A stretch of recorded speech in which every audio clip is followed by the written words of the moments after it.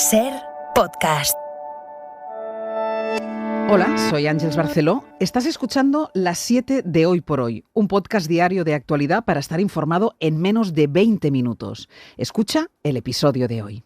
Por los pelos, por el error de un diputado del PP, que el PP dice que fue un error informático, con el voto en contra de los diputados de UPN que dijeron que votarían a favor, en medio de una nueva y esta vez inesperada bronca, con un lío por el que al principio fue que no. No queda derogado el Real Decreto Ley.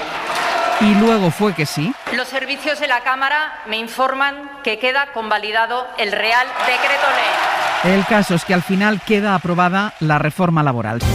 Hola, muy buenos días. Aunque por azar fue un día Rubicón para el Gobierno, escribe esta mañana Xavier Vidal-Folk en El País, y fue un día clave, sin duda.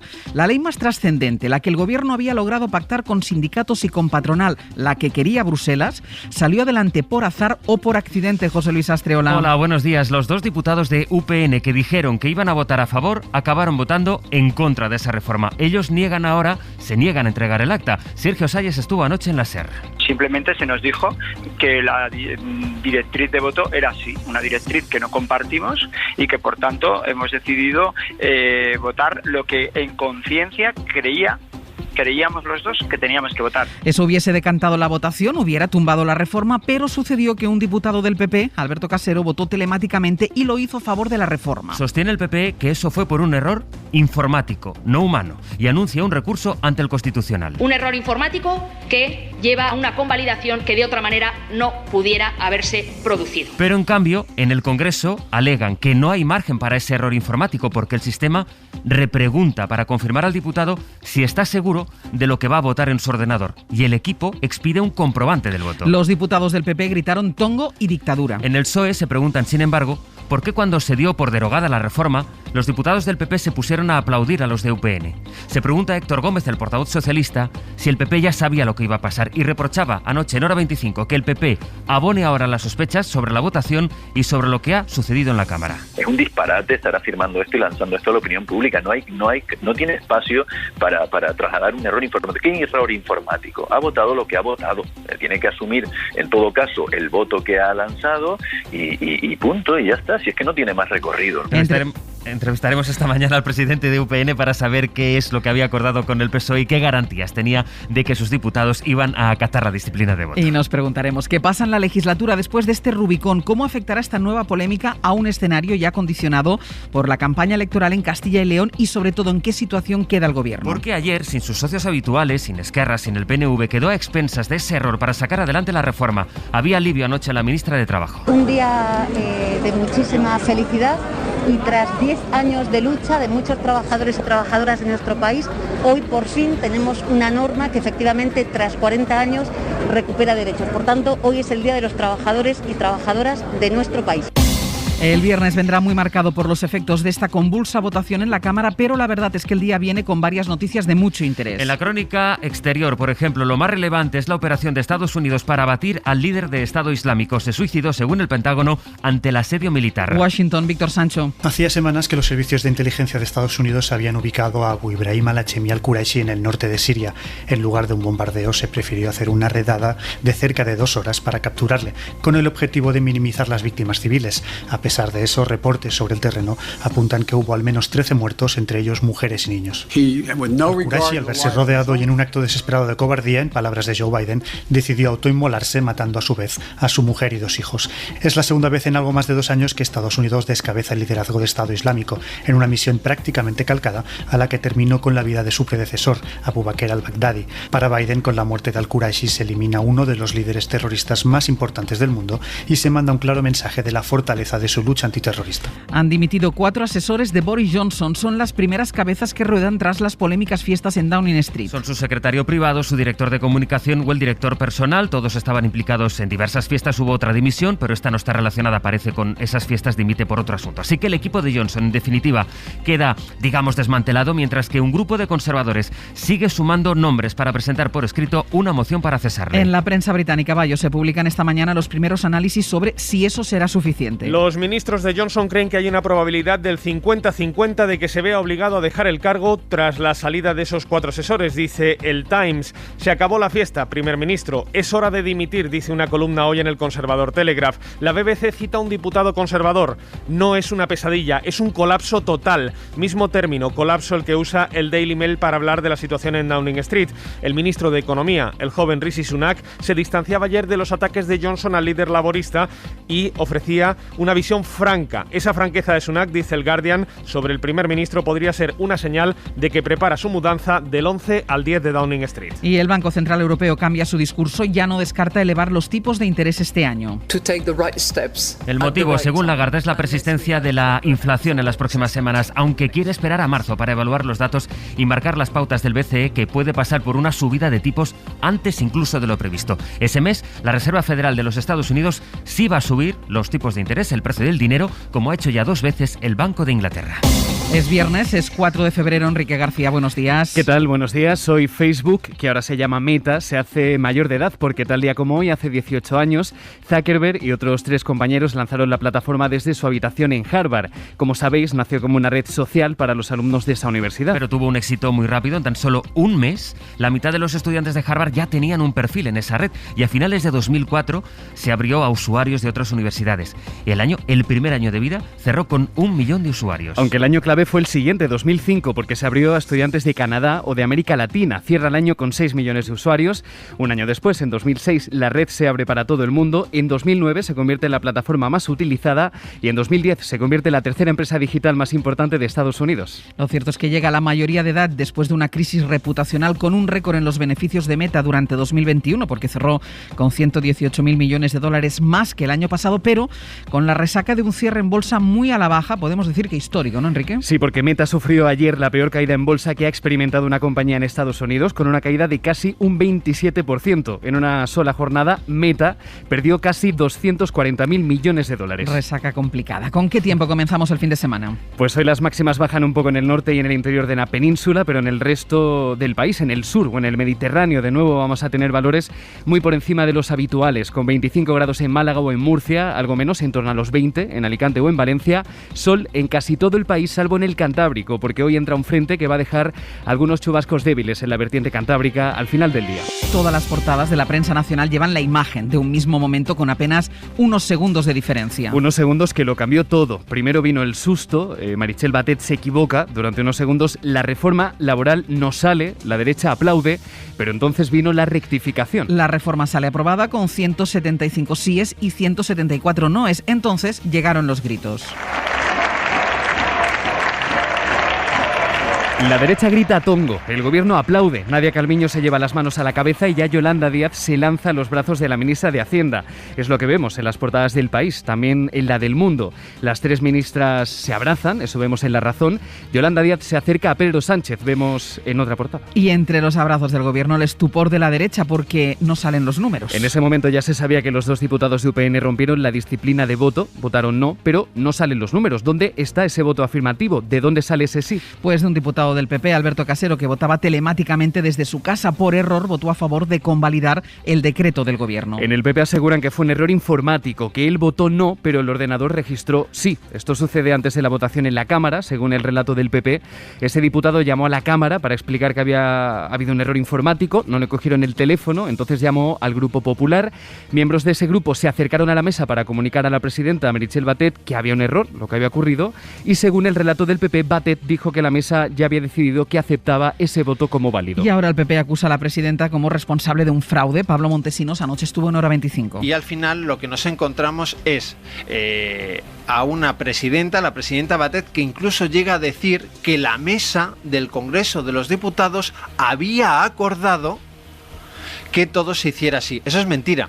La mesa del Congreso de los Diputados no se ha reunido en todo el curso de los acontecimientos. De hecho, es lo que le exigíamos a la presidenta Batet. Así que un voto del PP salva la reforma laboral, aunque consideran que la votación es inválida y anuncia 2 recursos, uno en la mesa y otro ante el Constitucional. Preguntó anoche Aimar a Pablo Montesinos si en el PP sabían que los 2 diputados de UPN iban a cambiar el sentido de su voto. Dijo que le preguntaran a ellos.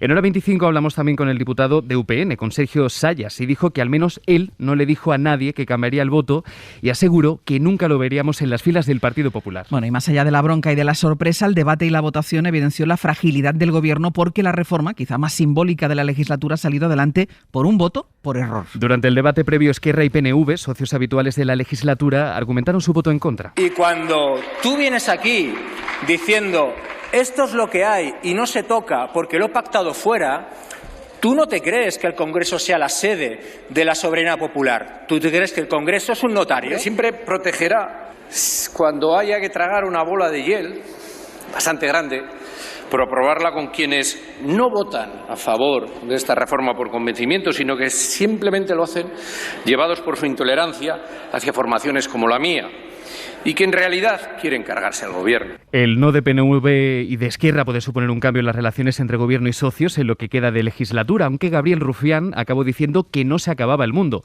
Y Esteban agradeció insistentemente la voluntad de negociar de la ministra Díaz. Era precisamente el día en el que se aprobaba la medida estrella de la vicepresidenta tercera, vicepresidenta segunda y ministra de Trabajo. Ayer las ministras Irene Montero e Ione Belarra se ausentaron de parte del debate para acudir a un acto. En sus equipos dicen que era un acto inaplazable, aunque hay voces dentro del grupo que aseguran que no ha gustado porque podría interpretarse como una muestra de rechazo a que la norma se haya aprobado con Ciudadanos. Ana Fernández Vila, buenos días. ¿Qué tal? Buenos días. Sí, en Unidas Podemos niegan que se trate de un desaire a Díaz. Dicen que el acto estaba programado desde noviembre con la presencia de cargos europeos y que era inaplazable. Pero en el grupo parlamentario hay quien reconoce en privado que el gesto no les ha gustado o que no se ha entendido.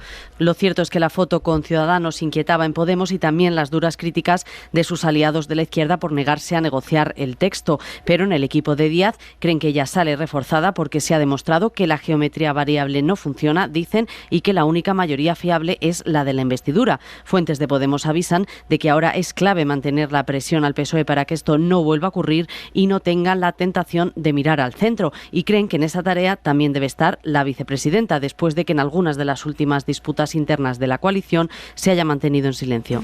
Hoy comienza en Pekín los Juegos Olímpicos de Invierno, un escenario que va a medir el pulso a 2 cuestiones que llevan protagonizando desde hace mucho tiempo la actualidad internacional. Por un lado, la pandemia. Desde hoy China pasa una suerte de examen. Tiene el objetivo de demostrar que la potencia ya ha superado el coronavirus y que es capaz de organizar unos Juegos Olímpicos sin riesgos, aunque para ello los deportistas están aislados, no hay público y las zonas de Pekín con contagios locales están cerradas. Y por otro lado, la influencia de China y su papel también en la tensión entre Occidente y Rusia. Putin va a asistir a la inauguración y los asientos de la delegación diplomática de Estados Unidos van a estar vacíos porque es uno de los países que ha querido sumarse al boicot diplomático. También Reino Unido o Australia envían a sus atletas sin ninguna delegación diplomática. Quieren condenar la violación de los derechos humanos que el régimen chino está haciendo con millones de musulmanes y uigures, que están, miles de ellos, internados en campos que China llama de reeducación. Así que estos Juegos Olímpicos serán los segundos en pandemia, los primeros con un boicot diplomático desde Seúl en 1998, los primeros tras la Guerra Fría. Los Juegos también han servido de excusa para que China y Rusia muestren al mundo que tienen una posición común en esta crisis geopolítica. Putin y Xi Jinping se reúnen hoy para tratar una visión común de la seguridad. Será la primera cita desde que empezó la pandemia. Una reunión que recuerda a la de 2014, cuando se vieron tras la anexión de la península de Crimea. Occidente estaba entonces asfixiando la economía rusa con duras sanciones y China le dio oxígeno con un contrato de importación de gas.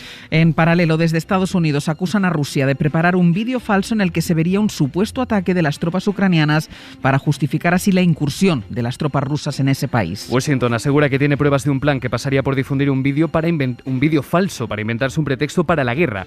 El portavoz del departamento Ned Price hablaba anoche de imágenes con explosiones falsas, con actores en el papel de rusos, con equipamiento militar maquillado como si fuera del ejército de Ucrania. Bueno, y en el plano diplomático es interesante el movimiento constante de Macron, que insiste en ser una suerte de mediador entre Occidente y Moscú. Macron, que por cierto ya tiene los avales para presentar su candidatura a las presidenciales, habló ayer con Putin y con Zelensky, el presidente de Ucrania. Sara Canals, buenos días. Buenos días. 2 llamadas que se centraron en 2 prioridades. La primera, comentar qué avances positivos se han hecho a través del grupo de Normandía para encontrar encontrar una solución pacífica en el Donbass, y la segunda, empezar a hablar sobre qué condiciones de equilibrio estratégico se tienen que dar para reducir los riesgos sobre el terreno y garantizar la seguridad en Europa. Unas conversaciones que, según el Eliseo, tienen como principal objetivo fomentar la desescalada a través del diálogo en un contexto de consultas continuas entre socios y aliados. Esta es además la tercera vez en menos de una semana que Emmanuel Macron habla con Vladimir Putin por teléfono y la segunda que lo hace con su homólogo ucraniano Volodymyr Zelensky. Y es que Macron quiere hacer todo lo posible para mantener un nivel muy alto de coordinación con todas las partes de esta crisis. Ayer, por ejemplo, también habló con el presidente de Polonia, Andrzej Duda, y con el presidente del Consejo Europeo, Charles Michel. In the European region, there is a singular opportunity to El director de la OMS en Europa considera que el continente está en una situación única para controlar la transmisión del virus por 3 razones. Enumera el alto nivel de inmunidad, el factor estacional que estamos dejando en invierno y la menor severidad de la variante Ómicron. Decía que los datos ofrecen la posibilidad de abrir un periodo de tranquilidad, así que vamos a preguntarnos, Gillian Ayala, ¿qué datos se están registrando ahora en el continente? Pues no vemos la misma tendencia en todo el continente. En los países del sur de Europa la curva ya está bajando. En Francia los contagios ya han bajado de los 300.000 en un día. En Reino Unido ayer bajaron de los 90.000 en 24 horas. En Portugal se notificaron 15.000 positivos menos que hace una semana, pero en el corazón de Europa los números son muy distintos. Alemania va de récord en récord. Esta mañana notificó a primera hora casi 250.000 contagios, aunque también hay que decir que en esa zona de Europa esta ola de Ómicron llegó un poco más tarde. Y sobre la economía, el Banco Central Europeo ya no descarta elevar los tipos de interés este año. Aunque quiere esperar a marzo para evaluar los datos y marcar las pautas del BCE, que puede pasar por una subida de tipos antes de lo previsto. Jordi Fábrega. Ha habido un evidente cambio en el discurso del Banco Central Europeo. Hasta ahora, cada vez que le preguntaban a Christine Lagarde, respondía que era poco probable una subida de tipos de interés este año. Ahora ya no lo dice, y aunque en su última reunión el BCE no ha tomado decisiones distintas, sí que ha cambiado el discurso, porque los datos de inflación están siendo más altos de lo que esperaban. La situación ha cambiado, dice Lagarde, que quiere esperar a marzo para evaluar los datos y marcar las pautas de actuación del Banco Central, que pueden pasar por una subida de tipos antes de lo previsto. Aunque dice no querer anticipar lo que se decidirá en marzo. Ese mes la Reserva Federal sí subirá los tipos de interés, igual que ha hecho ya 2 veces el Banco de Inglaterra. De la crónica internacional, el ministro principal de Irlanda del Norte ha presentado su dimisión en protesta contra el protocolo neoirlandés entre la Unión Europea y el Reino Unido. Cadena SER. La radio.